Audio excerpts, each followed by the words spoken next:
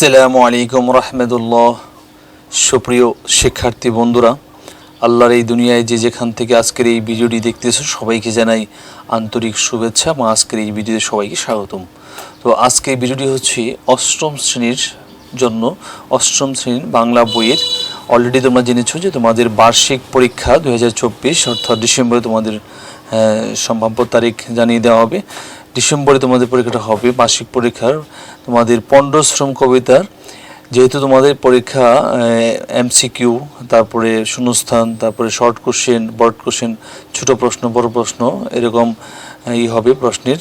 তো এমসিকিউর প্রস্তুতির জন্য তোমাদের আজকে এই ভিডিওটি পণ্ডশ্রম কবিতা থেকে আমরা কিছু গুরুত্বপূর্ণ নৈবিত্তিক এখানে তোমাদের জন্য তুলে ধরছি। তো আশা করি এই প্রশ্নগুলো অষ্টম শ্রেণীর বার্ষিক পরীক্ষার প্রস্তুতিতে সাহায্য করবে। পণ্ডশ্রম কবিতার উপর এমসিকিউ প্রশ্ন ও উত্তর। 1 নম্বরে দেখো, পণ্ডশ্রম কবিতার রচয়িতা কে? সঠিক উত্তরটা আমি বলবো, কারণ সবগুলি বলতে গেলে সমনিষ্ঠ হবে। তো পণ্ডশ্রম কবিতার রচয়িতা কে? কাজী নজরুল ইসলাম। পণ্ডশ্রম কবিতার মূল ভাব কি? মূল ভাব হচ্ছে খ, মানুষের অসফল প্রচেষ্টা। কবিতার 3 নম্বর, কবিতায় পণ্ড শব্দের অর্থ কি? পণ্ড শব্দের অর্থ অপ্রয়োজনীয়। অপ্রয়োজনীয়, খ নম্বর। তারপরে 4 নম্বর হচ্ছে শ্রম শব্দের অর্থ কি? শ্রম শব্দের অর্থ হচ্ছে কঠোর পরিশ্রম। 5 নম্বর, পণ্ডশ্রম কবিতায় কবি কোন বিষয়টি তুলে ধরেছেন? অনর্থক পরিশ্রম। 6 নম্বর, কোন শব্দটি পণ্ড শব্দের বিপরীতার্থক শব্দ? সফল। 7 নম্বর, কাজী নজরুল ইসলামের জন্মসাল কত? এটা হচ্ছে খ নম্বর, 1899। 8 নম্বর, পণ্ডশ্রম কবিতাটি কোন ধরনের কবিতা? তত্ত্বমূলক কবিতা। কাজী নজরুল ইসলামের বিখ্যাত উপাধি কি? বিদ্রোহী কবি। 10 নম্বর, পণ্ডশ্রম কবিতায় কোন উপমাটি ব্যবহৃত হয়েছে? ঘোড়ার সাথে তুলনা। পণ্ডশ্রম শব্দটি কোন ধরনের যৌগিক শব্দ? কর্মধারা। পণ্ডশ্রম কবিতায় কবি কি সম্পর্কে মন্তব্য করেছেন? গ, জীবনের অর্থহীনতা।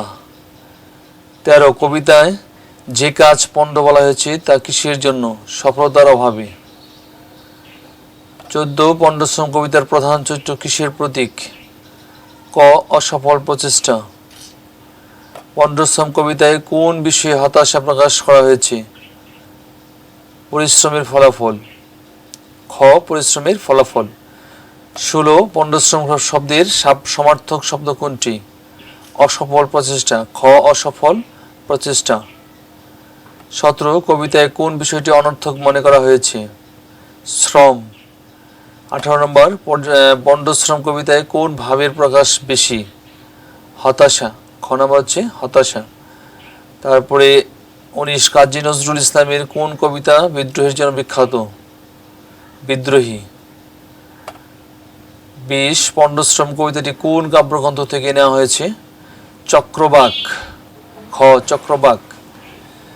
21, পণ্ডশ্রম কবিতায় কাজের ফলাফল কি হয়েছে? খ হচ্ছে ব্যর্থতা। 22, কাজী নজরুল ইসলামের কবিতায় সাধারণত কোন বিষয়গুলি তুলে ধরা হয়? স্বাধীনতা এবং বিদ্রোহ। খ, স্বাধীনতা এবং বিদ্রোহ। 23, পণ্ডশ্রম কবিতায় কোন রূপকের ব্যবহার বেশি করা হয়েছে? ঘোড়া এবং পরিশ্রম। 24, পণ্ডশ্রম কবিতায় সফলতা আসার সম্ভাবনা কেন ছিল না? খ, সঠিক প্রচেষ্টা না থাকার জন্য। 25, পণ্ডশ্রম কবিতায় কোন শিক্ষাটি দেওয়া হয়েছে?